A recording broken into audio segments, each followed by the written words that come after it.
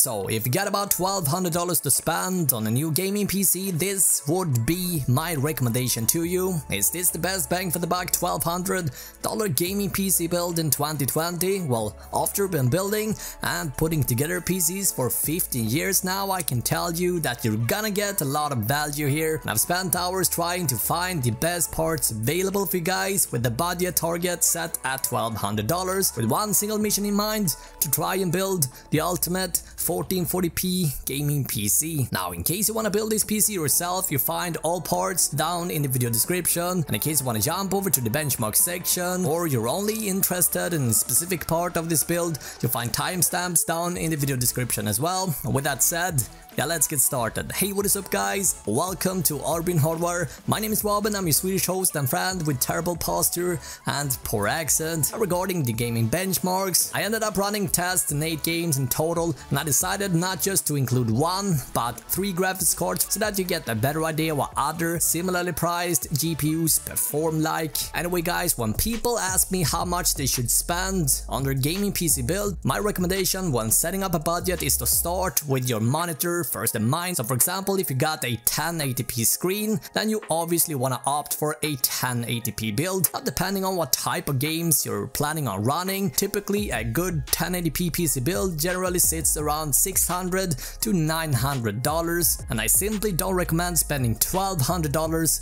on your PC if 1080p is your target. Down below you find a few 1080p PC builds that I highly recommend you take a look at. But let's say you got a 1440p screen, for example. Well, in that case, these PCs might not be your first go-to, and this is simply where this $1,200 epic build comes in. I tried my best to find the best deals and parts available with a grand total set at $1,200, and for what you're paying for this PC, you're gonna get massive amount of power and performance, and you should not have any problems cranking up the settings to the highest preset in most games without dipping below the magic 60 FPS mark. Now obviously, if you're looking to run less graphics intense esport games, you shouldn't have any problems reaching 144 FPS. However, you might want to dial back on some of the settings to actually achieve that. And when it comes to FPS and how many frames per second your PC can output, typically this almost always boils down to the graphics card, and so let's talk about that. For this target at $1,200, I ended up picking the RTX 2070 Super from Asus, mainly because I found it at a really good price here in Sweden. But yeah, typically for this budget, spending about $500 on the graphics card leaves us with a 2070 Super, or if you're able to find a 2080, that can also be an option. The 2070 Super is part of Nvidia's first ray-traced enabled GPU family based on the TU104 GPU, and it's the first refresh of the 12nm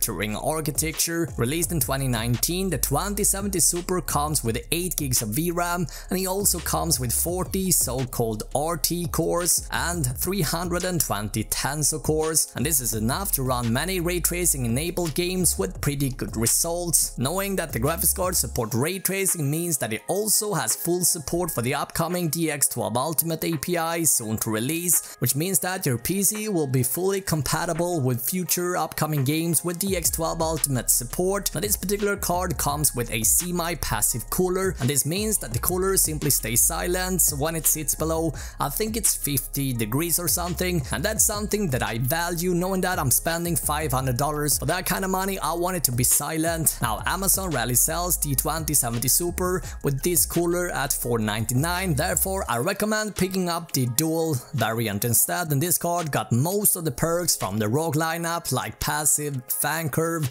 massive heatsink, but at a cheaper price tag basically. In terms of gaming, we're gonna see how this performs in just a second when we take a look at the benchmarks, but before we do that, let's quickly have a look at the other parts first. Now, in order to plug this in, yeah, we're gonna need a motherboard, and for that I ended up picking the Tomahawk B450 from MSI, mainly because of a few reasons. For one, it is one of the cheaper B550 boards available, and it comes with all the bells and whistles you can imagine, such as plenty of ports, massive heat sinks over the VRMs. It is also cooled completely passive, so there is no annoying fan on the chipset, and this is subjective of course, but I also think it looks very clean. It also got a LED strip that turns red whenever your PC is up and running, and to top this off, we also got a USB Type-C port on the back as well, which should be said isn't that common at this price point. And as a sweet bonus, in case you're perhaps interested in giving Zen 3 and 4th Gen Ryzen a try once it comes out later this year, MSI has promised to provide us with a BIOS update that let us slot in a 4th Gen Ryzen as well. Let's keep going. Next up,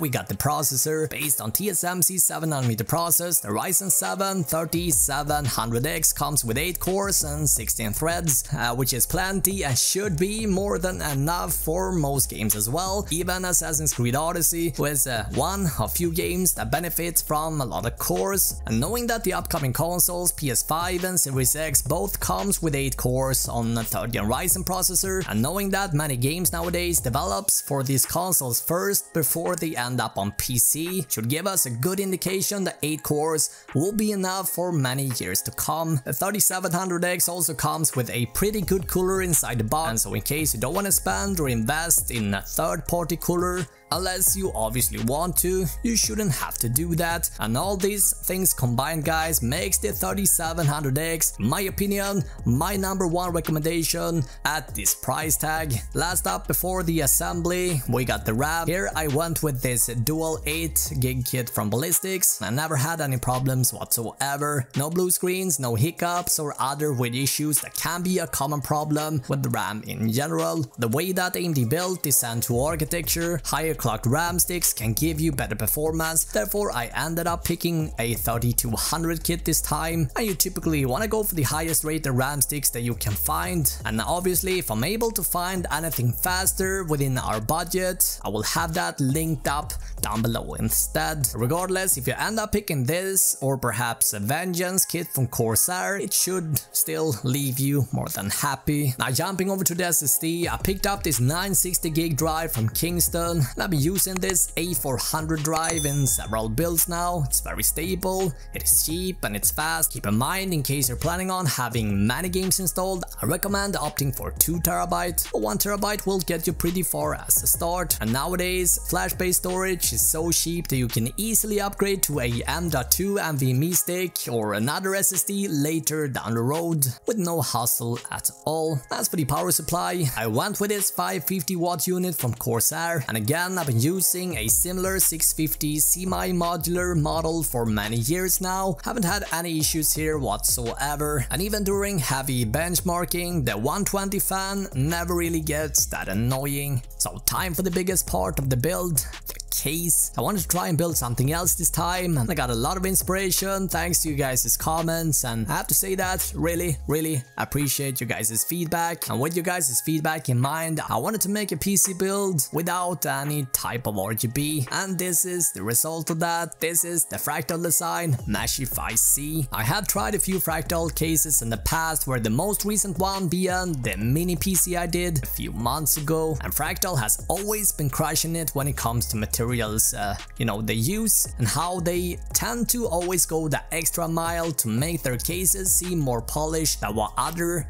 similar cases within the same price category is able to achieve, and there is no exception with Meshify C. We got two 120 fans that comes included, and we're looking at very good airflow thanks to the perforated front. We also find dust filters covering up every air intake. We got plenty of room for a 240 radiator either in the front, or you can even put it in top if you want. And all in all, I gotta say, I really had a blast building in this. And on the back we find plenty of cutouts for easy cable routing. Keep in mind, there is no RGB on this case, but still definitely not a deal breaker, at least not in my opinion. Let's take a look at the benchmarks. I decided to run tests in both 1080 and 1440p, and as we can see, for several of the games being tested, the 2070 Super is able to reach that magic 60 FPS FPS mark. Keep in mind, these red bars you see represents the lowest recorded FPS number. Now you see the numbers presented in the green bars. This represents the average frame rate, and this will be the most common frame rate that you will see